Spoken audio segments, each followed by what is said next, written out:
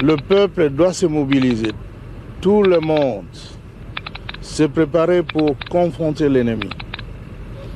Dans chaque village, les gens doivent prendre les armes, même les armes traditionnelles, les flèches, les lances et autres choses. L'essentiel est d'écraser l'ennemi, parce que sinon on va devenir l'esclave de ce petit messier de Hutu, de Tutsi plutôt. C'est donc...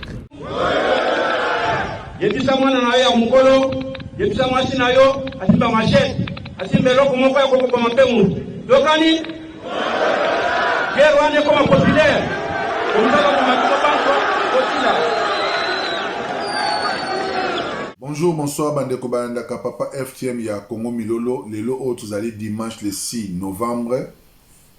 Comme d'habitude, l'émission Nabino ya dimanche à vous, Narobaki, tous les dimanches à partir de 14h. Nakotia émission pour na Tolobela, Mboka Nabiso, RDC. RDC allez agresser Boyebi Yango. Congolais, nous tous allez conscients à soutenir armée Nabiso FRDC Nabiso. Malgré tout, ba moyen exaté, tout le monde a militaire Nabiso baza mindo qui a kala, ba ministre Zanga, nourriture za Zanga, mais elikia ezali tokolonga na bomoko tokolonga etumba oyo po etumba oyo les asuka mamba Félix te Félix asa sa signé ba traité na ye ba makamune ya sala na ba M23 signé ba contrat na bango ba makamune na bango ebele mais na minute oyo ekomi makama mboka. Congolais conscient, il faut vraiment tous à la vigilance pour Namboka Nabiso. Félix Tshisekedi a été comme ça meeting nae bolanda ki yango na oche abino moi extrait meeting nae. Mais ozo senti vraiment que azako loba mais penza te ndenge biso tozo lingela ba Congolais. Parce que makambo oyo na omona ngo suka kaka na bunanga na te. Il faut ba soda na biso pe na mwa mukie oyo toza nango mwa roquette mwa nini faut pas ko boire ngo na Rwanda.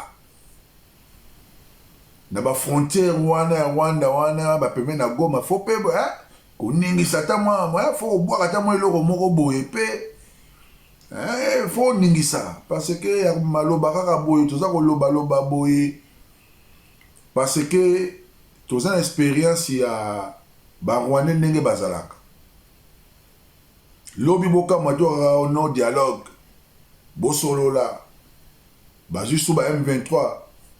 Ba koti ba sou na armée na biso. Armée za infiltré depuis kala. Ngai conseil na osenga na Félix.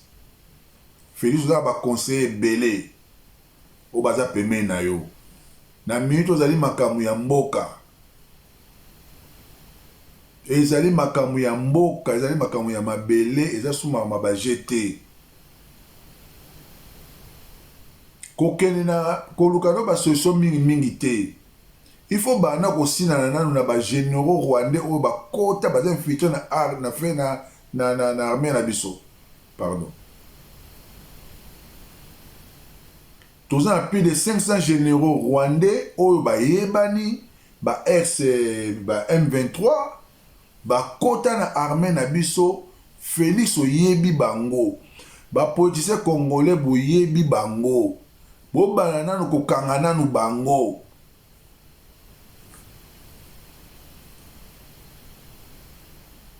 Ba généraux rwandais au bosala ba mixage ba brassage bo sangisa bango na ba traité na ba corps au bosala bozo ba généraux bo kota ba na FRDC est infiltré. Yo militaire congolais, yo congolais, ozo yeba yango bien. Bino ba militaire, boyebi ba généraux wana. Boke na musika te. Ba généraux Rwandais baza na kati ya FRDC Félix akoki ko ignorer yango te. Boyebi bango. Bokanga nanu bango. Kangi bango. Bo expulser bango na mboka na bango na Rwanda. Ba grade bo pesa bango ba général ba colonel bo pesa bango ba grade belé. Bolongoli bango na mine ma armée ça marate mais bolongoli bango ba pété wana. Il y a des bosso ya ngwana ya kosala. Pour un rythme oyo to kende. Félix Fozala très très vigilant. Kosala quoi Moussa salaki te. Moussa salaka abengani ba Rwandais na pemene ba Rwandais bazalaki. Suka nango soko nango bino moko boyebi. Yo ozo rompre na Rwanda. Mais na armée na yo ba Rwandais ba ex-rebelle ya MV3 baza kati ya armée na yo. Yo Félix oyebi yango. Faut neutraliser batouana. Neutraliser na bango. Congolais nengaza Congolais na epre. Congolais po na mboka na ye azara na epre. Toko bunda. Ata na libanga, ata na nini Congolais ko bunda na ye.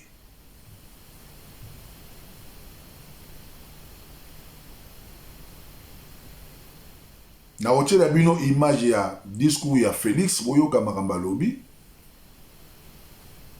Et puis image oyo eza ko circuler makasi oyo ezopesa mawa ezali image oyo ya soldat na kati ya front ndenga za ko loba bapesi bango minduki me na mutu oyo pesi masase bimaka bapesi bango te.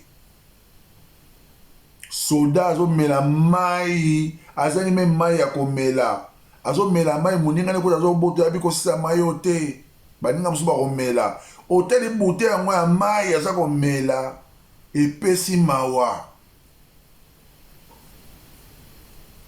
ba image ezali ebele eleki na ba réseaux sociaux ebele mais image oyo emarke nga image ya militaire wana azoloba epesi mawa bana goma pe balalaka te mbutu bon batie pe bamoto il paraît que bata MONUSCO babimi bakati ngambu bake Rwanda kopema kuna il paraît balongwe wana bakei mais reste à vérifier so on a information mosu ya bien na oyebisa bino.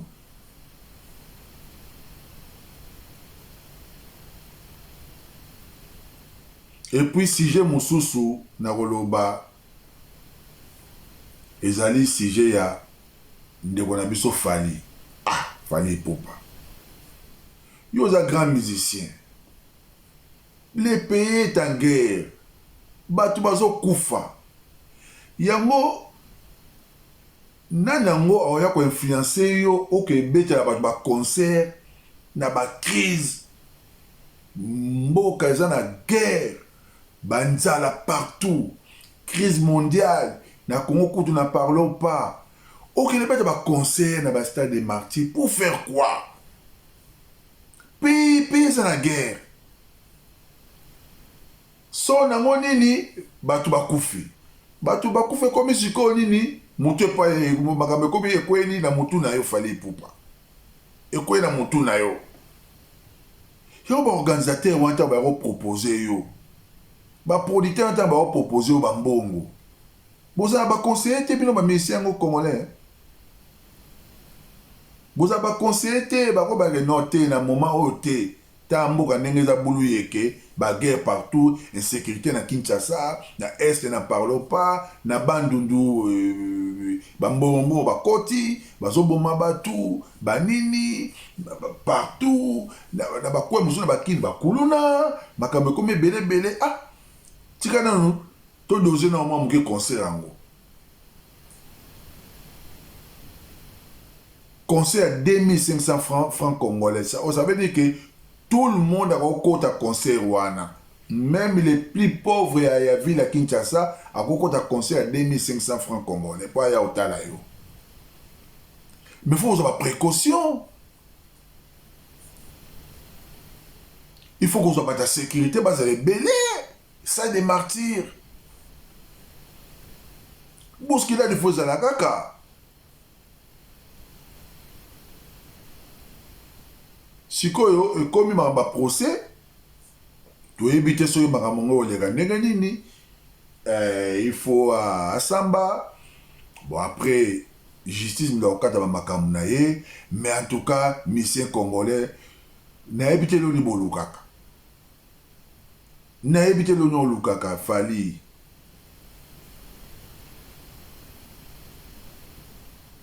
Si on comprend que tu as simso ba touche, il y a souka, ba simso ka ba touche. Na ipo za artiste émission il y a ka pona ba côté ka ba disque na yo, il y a ka pona ba concert, faut mettre ba concert, aux entreprises mobimba, aux ba mission au futa, ba ni to boité, mais tala rapé na ba moment ni oyo ba zo proposer na beta concert oyo. Payer ça mon boulot. Na ese ba kufa. Yo ke beta conseil na stade de martyr na bande ndo ape mais na Kinshasa ba kufa. Na tikibino Bolanda image ya Félix, discours à Félix na tino mwandambu na chango tout moi muke. Et puis bolanda militaire wana ndenga zo bake en tout cas ba lembi baza ba mointe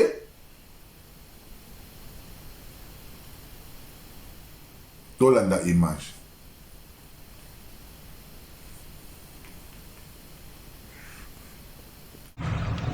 awa tozana kati ya Congo vraiment babeti biso epa rebelle mabe gouvernement nini ezangaka équipement ya kobeta munguna Tshisekedi tala makambo bien soko tali yango bien te c'était mabe tala Congo marque ezali ba mama bana bakoko banani c'était pasi na pasi boy eza bien te gouvernement Tshisekedi faux gouvernement mbongo ezo matate biso tobokaka tokufwaka boy ba mama bana mike baseke pasi mingi sana pona Congo tokobundela ngo mais toboyi politique.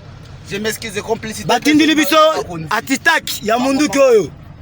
Bapesi biso yango teke par rebelle. Tala tribalisme eza na kati ya Congo. Munduki oyo eza bien formé. Babeti biso lokola bambiso. Vraiment botikela kasi bambango mabele ya Bunaganda na Rutshuru. Batikela bango bazwa. Tokufie bele na kati ya Congo. Toboyi tribalisme eleke bele pa ba généraux Congo. Oza otindi mutu azana posali ya mbango. Eza bieta équipement Congo ezate, Mirage ezate, aviata de combat ezate. Eza bieta penza vraiment na Congo. Na Congo se toza boye, yebanga na kotika armée. Na epona ko bundela Congo. Mindelo mboka na ngai komia c'était politique. Eza bien te munoko na ngai kauki vi na ngai kauki awa tsona kufela wapi na ebite aussi ça te mutu musu azali champion vraiment na Congo tala marga na mela mai lokola mwa mwasi na ngai na kati ya Kinshasa 3 bana ya basi na ko bundela Congo pona mindelo Congo metala Congo marque zo sala makambo eza vi moko c'était pasi bakoko c'est que bana ese mobimba bazoke mamakasi c'était souffrance na ese na ko bota te pona souffrance eleki d'abord via boy botala c'était commando belge ngana formé na promotion Kabila mais toujours ezalaki bote o toujours eleki mais ezalaki mais politique eleki siko tribalisme biso toko bundela pona Congo bino bo matapete po bo défendre Congo te bo salaka tribalisme toko beta bino na. Je vous invite ici au sens élevé du patriotisme en ce temps particulièrement exceptionnel de notre histoire, de défendre notre pays, de protéger l'intégrité de son territoire et d'assurer la sécurité des Congolaises et des Congolais contre toute agression ou attaque d'où qu'elle vienne. À vous, mes très chers compatriotes, la guerre qui nous est imposée par nos voisins exige de chacun de nous des sacrifices. C'est le moment de taire nos divergences politiques pour défendre tous rassemblés notre mère patrie. Notre histoire et notre marche commune ont sans cesse démontré que loin de s'effondrer, notre nation et son peuple ont toujours relevé ce genre de défis et nous en sommes toujours sortis victorieux. Restons tous unis et solidaires derrière nos forces de défense et de sécurité.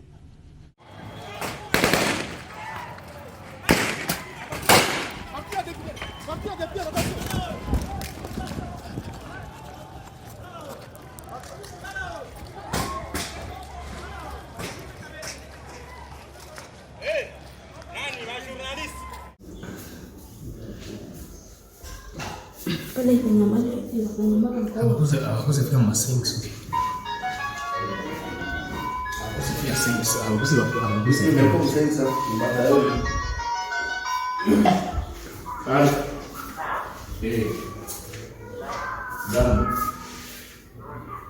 oui, c'est ça. Et alors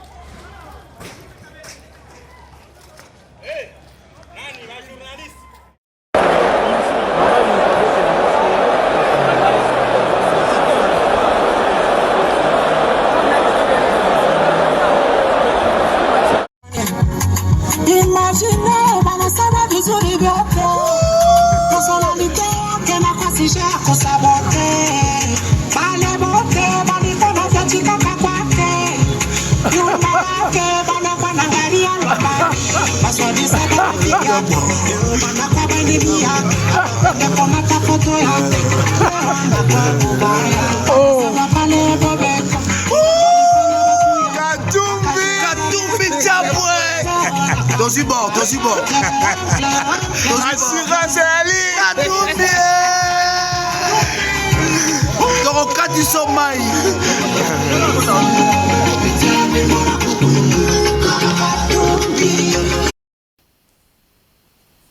Na moni bolandi binomoko image yango ndenge nini makambo yango eza kolekana.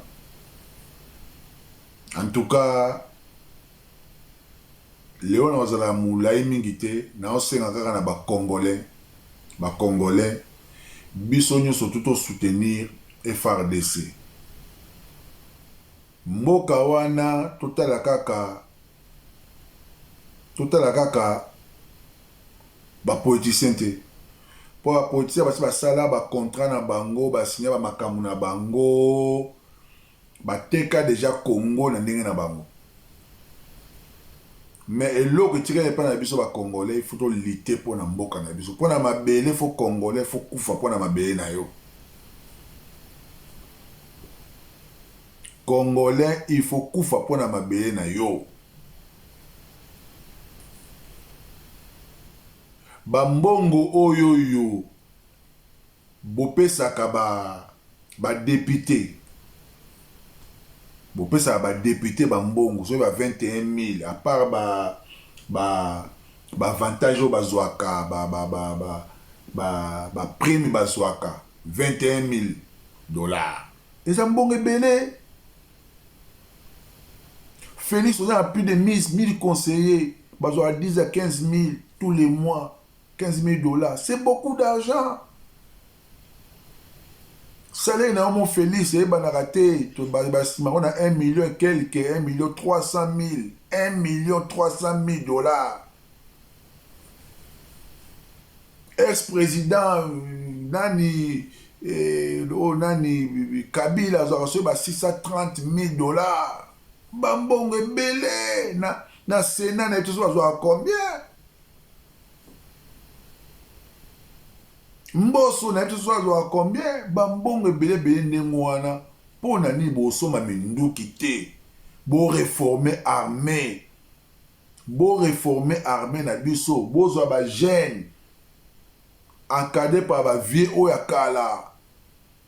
Bazali ba beret rouge oya kala ba koma ba tata mais bazali ba beret vert bazali ba soldat ba DSP bazali ba soldat bien formés bazali na bango. Bozwa ba vieux wana ba encadré ba jeune. Bo équipé ba militaire na biso, bo pesa bango ba mbongo, bo pesa ba moyen, ba salaire ya bien, ba prime ya bien. Bako bundela mboka wana po ya mboka na bango, bako bundela yango.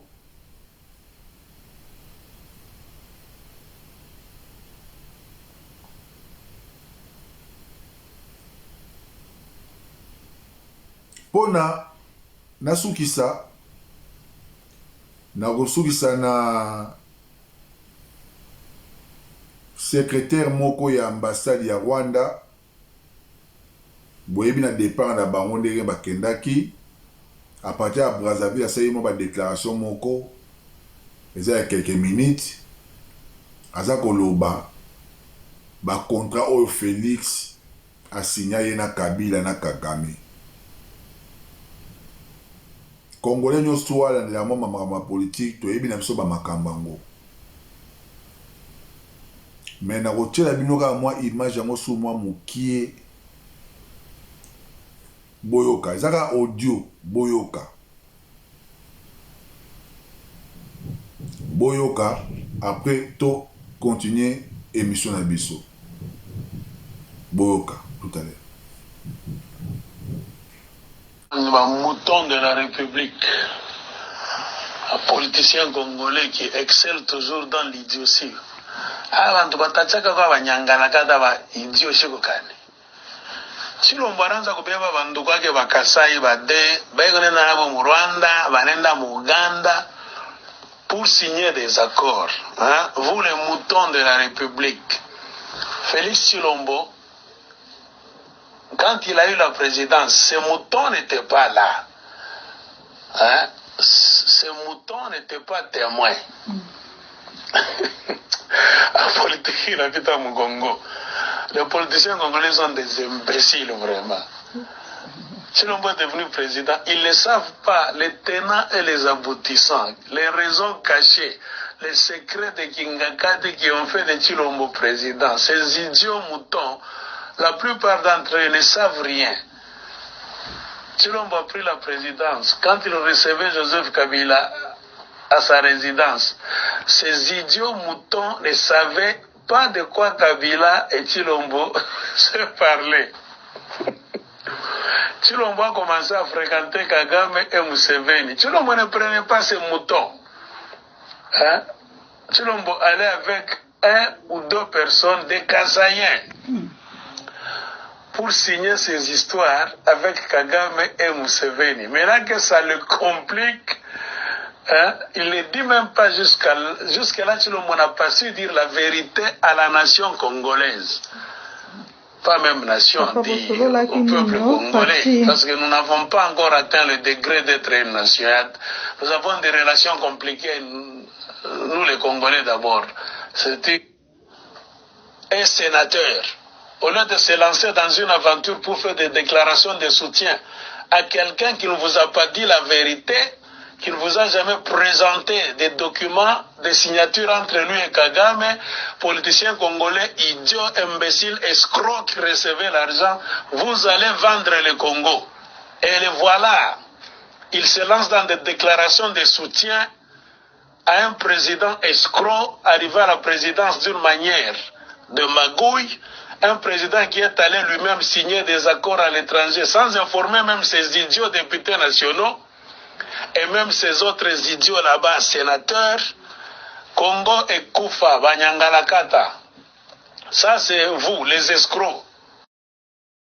Le mal doit être démasqué même au sein des forces de défense et de sécurité. 3 femmes, un lieutenant-colonel, 2 majors et 2 soldats de rang impliqués dans le ravitaillement des groupes armés en armes et munitions de guerre, sautent aux arrêts, explique le lieutenant Jules Ngongo, porte-parole de FARDC en Ituri. Nous avons certains éléments des forces armées, un autre groupe avec une femme qui sont tombés dans le filet de services de défense et de sécurité. L'histoire remonte un peu plus loin, où il y a eu des renseignements qu'il y a un groupe des officiers ou des éléments de forces armées impliqués dans la vente de munitions. 4 autres militaires en fuite sont recherchés. Ces éléments FARDC ont été dévoilés par Madame Solange Makoussi, chargée d'achat et des ventes d'armes. Celle-ci a été arrêtée le week-end sur la route Bambou-Kobu à Djougou, à la barrière du pont Nizi, lors du contrôle par les éléments du 312e bataillon voltigère avec plus de 700 munitions PKM, a dit le porte-parole des opérations militaires en Ituri. Ce présumé criminels sont appréhendés avec les engins roulants, facilitant l'acheminement des munitions vers l'ennemi. Le gouverneur militaire, le lieutenant général Luboya Kashamadjoni, a interpellé tout et chacun à cesser d'encourager le mal. Donc, mettons-nous ensemble,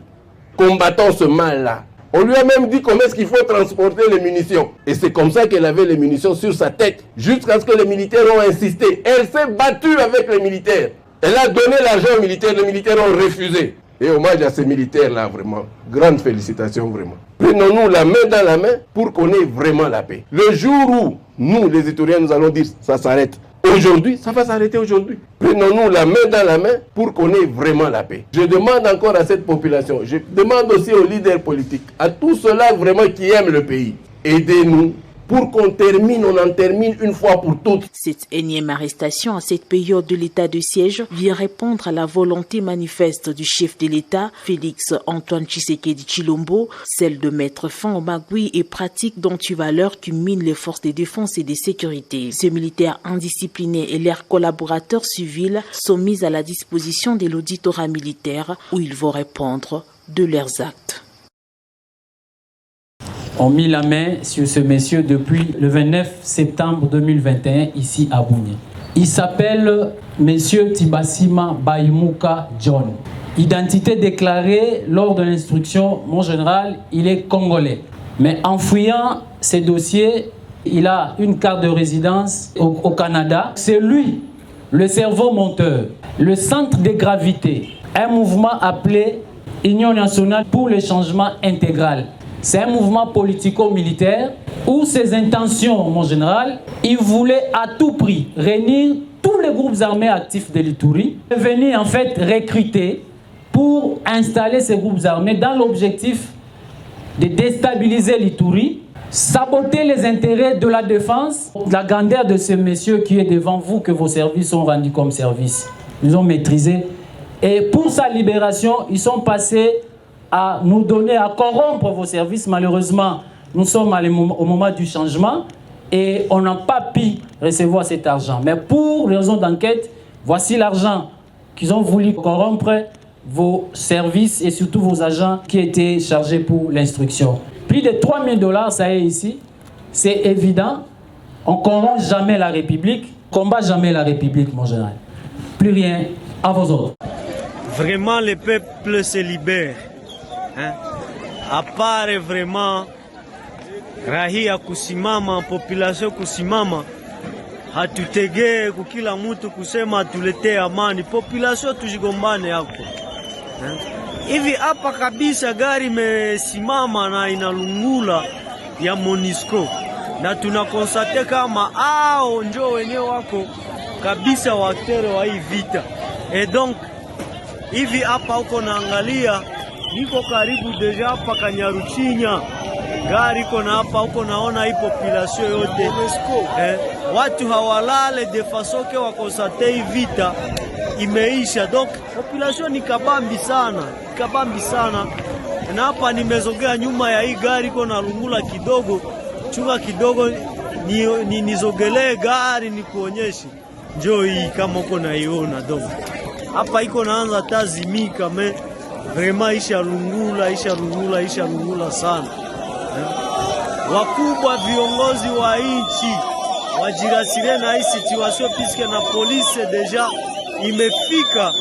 imefika na wanaona hii insida yenyewe imeonekana, na tunaendelea kusema kama hii wakati gari za MONUSCO zitaendelea kupita, bahati haitakuwa kwao.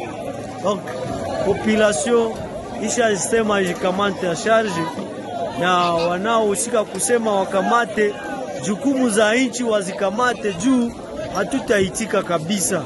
Hii population inalalamika sana, watu mingi wako hapa juu waishakosa amani. Waku viongozi mujitahidi mulete amani juu ya nchi ya hii Kongo. Kama mpendi, population yenyewe itaimpose. Asante.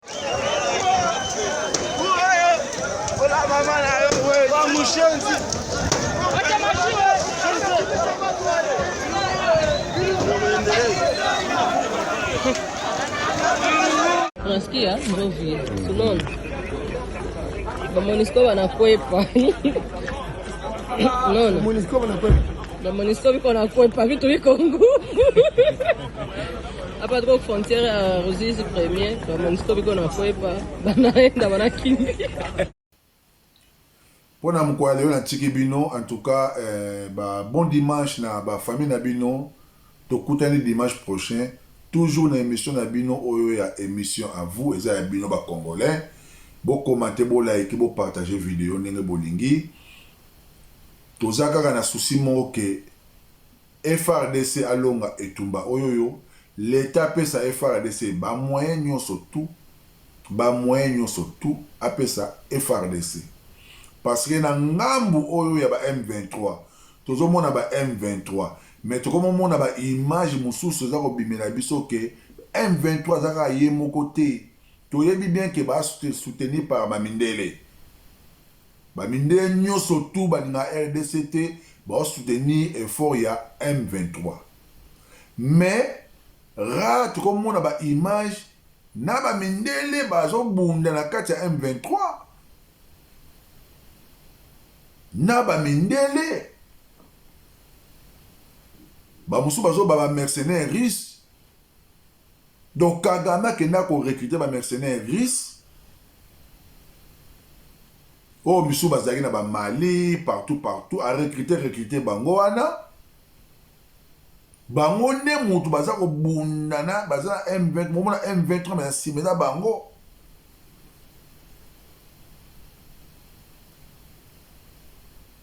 Ngai eloko na lingaki Félix Alobake Rwanda comme yozo menacé biso na pesi yo 48 heures libérer Bunagana. Soko libérer Bunagana te ngai nazo butinda ba missile na ngai nazo bwango na Kigali. Ngai lingaki fobilo mwande ngwana. Ata uzana ba roquette ya kala ya 1970 bobo rango kaka. Ate osala ngo dega makasi mais c'est quoi ka na mboka na bango c'est buka ta moi eloko moko boye ba mona pe quand même que non bino pe bozo bibisa pe force na bino eso makambo ba diplomatie te eso makambo ba diplomatie c'est kufa na ngo déjà nazolo bakaka na ba conseiller ya Félix bosala erreur ya muzete. Bengani ba Rwandais, aux entourés na ba Rwandais. Kosala erreur wana te. Nazolo bana yo.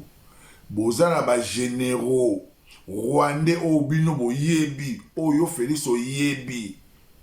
Bonoma bon pesa bon ba poste na armée. Ba ex rebelle ya M23. Hein? Bazali na kati wana.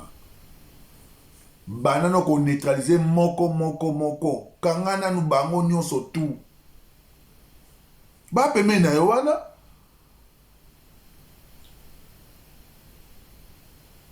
infiltration esalema ndenge nini baza wana bino boza bosali plan no to bima na kwa boy to kanga bango basi bayebaki basi babeta bango basinga ke bokeba kuna bokente ba okanga bino. Ah, mais on a besoin d'infiltrer.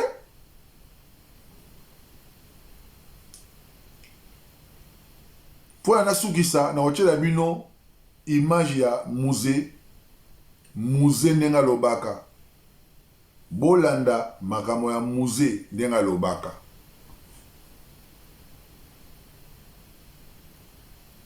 Natiki bino na image ya musée Kabila paix à son âme. Tokutani susu mbala oyoyo ekoya dimanche prochain. Un bon dimanche dans la famille Nabino. Au revoir. Bye bye. Ciao. Le peuple doit se mobiliser. Tout le monde se préparer pour confronter l'ennemi. Dans chaque village, les gens doivent prendre les armes, même les armes traditionnelles. Les flèches, les lances et autres choses. L'essentiel est d'écraser l'ennemi, parce que sinon on va devenir l'esclave de ce petit messier de Hutu, de Tutsi plutôt. C'est donc...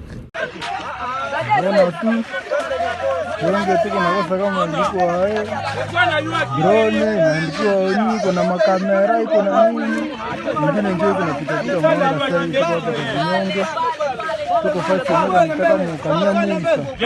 nitaka mukania muisa nitaka mumuka jo nitaka drone imeshaanguka hapa, kuna maparashute manini motere mbele, kuna nguruma kala unge na hapa danje mimi nenda nyuma mita huko danje wende